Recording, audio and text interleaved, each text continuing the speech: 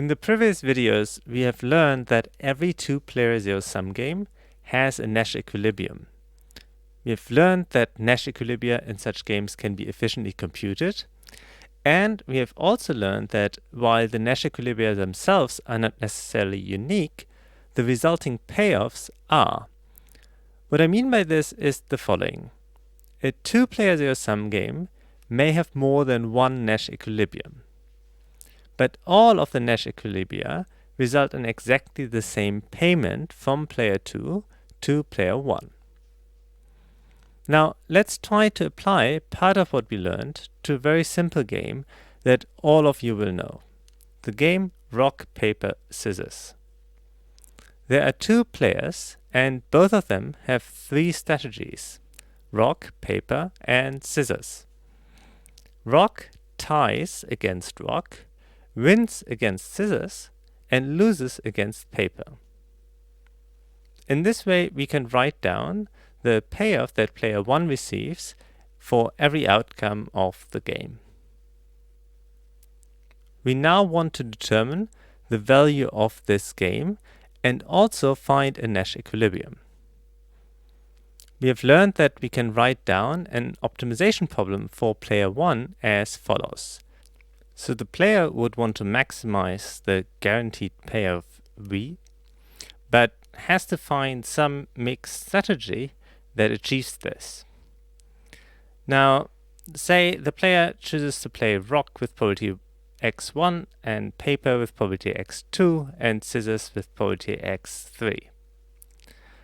If the second player picks rock as a strategy, then we would have to guarantee that our payoff as player 1 is at least V. But the expected payoff that player 1 gets if the second player picks rock is x2 minus x3. This is because we get 0 if we play rock, so x1 is not relevant. We get a payoff of 1 with probability x2, which is the probability that we play paper, and we get minus 1 with the probability of x3, which is the probability that we play scissors. And similarly, if player 2 plays the strategy paper, what is our expected payoff then? Well, it's minus x1 plus x3. And we want this to be at least V as well. And we also want to have an expected payoff of V if the second player plays scissors. So we have to have that x1 minus x2 is also at least V. And then, of course, x1, x2, x3 should be a probability distribution, so they should sum up to 1. And none of them should be negative values. So this is our optimization problem for the first player. And we can do the same type of thing for the second player. So we would get an optimization problem like this, where we want to minimize W, but we have to satisfy these constraints. Okay, so for the first optimization problem, you can see that if we sum up the first three inequalities, and so everything cancels out.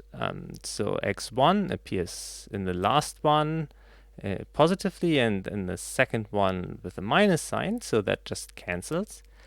x2 appears with a plus sign in the first inequality and with a minus sign in the last one, so that cancels as well, and x3 cancels as well. So on the left hand side, if we add all those three inequalities together, we just get 0. And on the right hand side, we just get 3 times V. So we get 0 is at least as big as 3 times V, and that means we've determined that V must be non-positive. For the second optimization problem, so for the player 2, we can do something very similar. We can add the first three inequalities together. we get a 0 on the left-hand side for the same reasons as before, and we get 3 times w on the right-hand side. So overall, we learn from this that w must be non-negative. It must be at least 0. Now this is very interesting. So v is at most 0, and w is at least 0. But from the strong duality theorem, from linear programming, we know that the optimal values of v and w must be the same.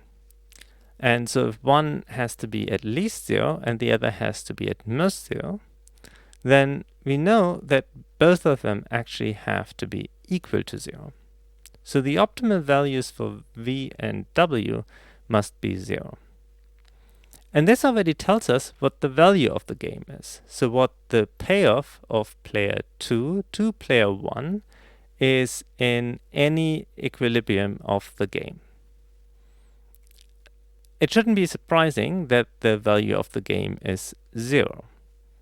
So why is that not surprising? Well, because the game is completely symmetric for the two players, and therefore it's quite intuitive that neither of the two players has an advantage over the other in this game. The next goal is to find a Nash equilibrium of this game. Now that we already know what the value of the game is, namely that the value is 0, this is quite a bit easier.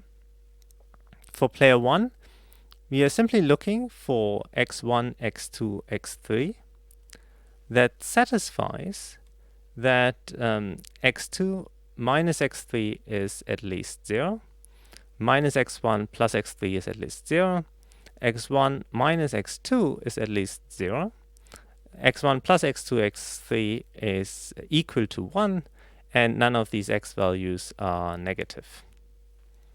So how can we find such values of x1, x2, x3 that satisfy this? Well, let's look at the first inequality. It actually tells us, if we move x3 to the other side, that x2 is at least as large as x3. And the second inequality tells us that x3 is at least as large as x1. And the third inequality tells us that x1 is at least as large as x2. So what we actually have here is a kind of a chain of inequalities for these three variables. We get x2 is at least as large as x3, which is at least as large as x1, which is at least as large as x2 again.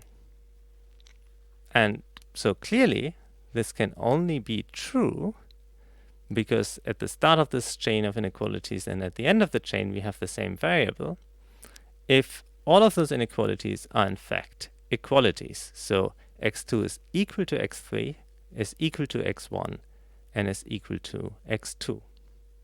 So all three of these variables actually must be equal to one another. They must all have the same value. And then the fourth inequality says that these three values sum up to 1, and we know they must all be equal, so each of them must be equal to 1/3. And so that's the strategy that player 1 would have to play in a Nash equilibrium. And we can do a similar reasoning for the second player and of course get that the y1, y2, and y3 values also all have to be 1/3. And this gives us the Nash equilibrium. Now, of course, this is a particular example of a particular game, and it's not a very complicated game. Note that in general, it doesn't have to be as easy as this. Deriving a solution either requires some creativity or the application of an algorithm that can actually solve linear programs in general. And such algorithms can be quite complicated. Computers can execute them easily, of course, but as a human, it can be somewhat tedious if the games are not very small. But for sufficiently simple and small examples like this rock, paper, scissors games, we can usually solve them by hand. If we want to make sure that we didn't make any mistake, while solving this, we can also test our solution. So we test that player 1 can actually guarantee an expected payoff of 0 to herself by choosing each of the pure strategies with probability 1/3, which is what we determined should be the right value. And this is easy to verify. We just take this strategy vector, 1/3, 1/3, 1/3, and multiply it with the payoff matrix for player 1. And what we get is a vector that has all zeros in it, which is great because that means whatever the other player does, we get a payoff of 0 in expectation. And we can do a similar test for the other player, but I will leave that as an exercise.